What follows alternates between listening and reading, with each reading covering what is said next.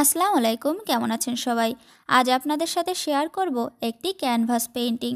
Canvas হলো একটি অত্যন্ত টেকসই সাধারণত বোনা কাপড়, যা পাল, তাঁবু, মার্কি, ব্যাকপ্যাক তৈরিতে ব্যবহৃত হয় তেল চিত্রের জন্য এবং অন্যান্য জিনিসপত্রের জন্য, যার জন্য স্থায়িত্ব প্রয়োজন। শিল্পীরা সাধারণত কাঠের ফ্রেম জুড়ে প্রসারিত চিত্রকলার পৃষ্ঠ হিসাবে জনপ্রিয়ভাবে ব্যবহার করেন এটি। এটি অন্যান্য ভারী সুতির কাপড় থেকে আলাদা। ক্যানভাস শব্দটি ত্রয়োদশ শতাব্দীর অ্যাংলো ফরাসি ক্যানে ভাজ এবং পুরাতন ফরাসি ক্যানে ভাস থেকে উদ্ভূত।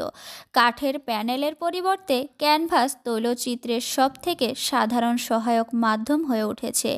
ক্যানভাসে টিকে থাকা প্রাচীনতম তেল রঙগুলির মধ্যে একটি হল 1410 সালের দিকে বার্লিনের জেমেল ডে গ্যালারিতে দেবদূতদের সাথে একটি ফরাসি ম্যাডোনা।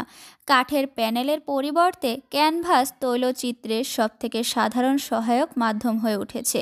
ক্যানভাস সাধারণত স্ট্রেচার নামক একটি কাঠের ফ্রেম জুড়ে প্রসারিত করা হয় এবং তেল রং ক্যানভাসে তন্তুর সাথে সরাসরি সংস্পর্শে না আসার জন্য ব্যবহারের আগে এটিকে জেসো দিয়ে লেপা হতে পারে, যা অবশেষে ক্যানভাসকে ক্ষয় করতে পারে।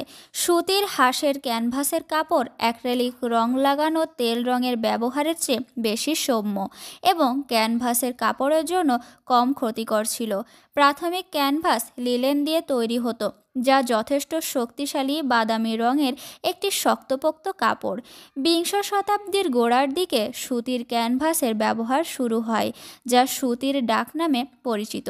অ্যাক্রেলিক কালারের আবির্ভাব সুতির ডাক ক্যানভাসের জনপ্রিয়তা এবং ব্যবহারকে ব্যাপকভাবে বৃদ্ধি করেছে।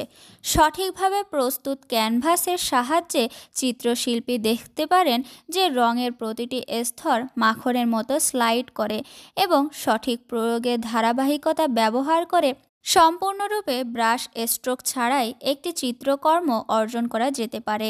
ক্যানভাসে আর্ট করা কেবল একটি শৈল্পিক অভিব্যক্তি নয়, এটি একটি আত্মপ্রকাশের মাধ্যম যা সৃজনশীলতা এবং আর্থিক উপার্জনের অসীম সম্ভাবনা নিয়ে আসে।